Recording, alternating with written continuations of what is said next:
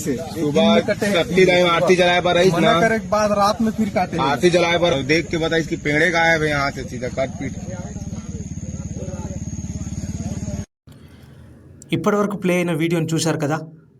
ఆ వీడియో చూస్తే కన్నీళ్ళు ఆగలేదు. ఎంత ఘోరం! ఆ వృద్ధురాలు ఏడుపు చూస్తే గుండె తరుక్కుపోయింది. ఆ బాధ మాటల్లో చెప్పలేం. అసలు విషయానికి వస్తే ఈ నేల మీద చాలామంది పర్యావరణ ప్రేమికులు ఉన్నారు. పర్యావరణం కాపాడుకోవాలని చాలామంది మొక్కలు నాటుతుంటారు. వాటిని పెంచి పెద్ద చేయడానికి సంరక్షిస్తుంటారు. ఇంత సంరక్షిస్తే ఏం లాభం?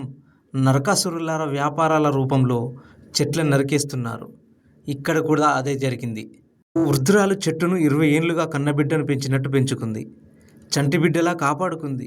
తీరా చూస్తే ఆ చెట్టును రియల్ ఎస్టేట్ వ్యాపారులు నరికేశారు. చెట్టును నరికేయడంతో వృద్ధురాలు గుండెలవిసేలా రోధించింది. ఇది ఎక్కడో జరగలేదండి. ఛత్తీస్గఢ్ రాష్ట్రంలోని ఖైరాఘర్ జిల్లాలోని సరంగోడి గ్రామంలో జరిగింది. 85 ఏళ్ల వృద్ధురాలు డియోలాబాయ్ పర్యావరణ ప్రేమికురాలు.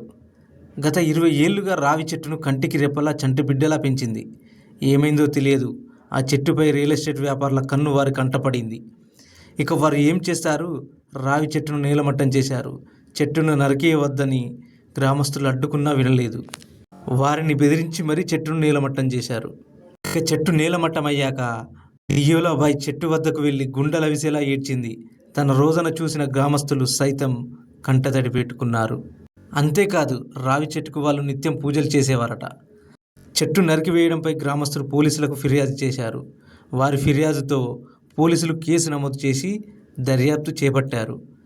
రావి చెట్టును నరికివేసినట్లు ఇమ్రాన్ అనే వ్యక్తి అంగీకరించాడు. చెట్టు ముందున్న భూమిని కొనుగోలు చేయడంతో చెట్టును నరికివేయాల్సి వచ్చిందని తెలిపాడు. చెట్టు నరికివేస్తే ఏం వచ్చింది? కొంచెం కూడా ఆరా తీయకుండా నరకడం. వారు ఏమి చేయరనే ఉద్దేశంతో ఇలా చేయడం మాత్రం కరెక్ట్ కాదు. ఆ వృద్ధురాలి బాధను ఎవరు పట్టించుకుంటారు? ఇప్పుడు కన్నబిడ్డలా పెంచుకున్న చెట్టు లేకపాయే. 20 ఏళ్ళు ఎంతో ప్రేమతో పెంచి ఎవరో వచ్చి నిమిషాల్లో చెట్టును నీలమట్టం చేస్తే ఎవరికైనా బాధ ఉంటుంది. కానీ చెట్టును 20 ఏళ్ళు పెంచడం అంటే మామూలు విషయం కాదు. ఆ వృద్ధురాలికి మా ఛానల్ తరపున నా సెల్యూట్. మరిన్ని అప్డేట్ కోసం మా ఛానల్ని సబ్స్క్రైబ్ చేసుకోండి. అలాగే లైక్, షేర్ చేయండి. Thank you.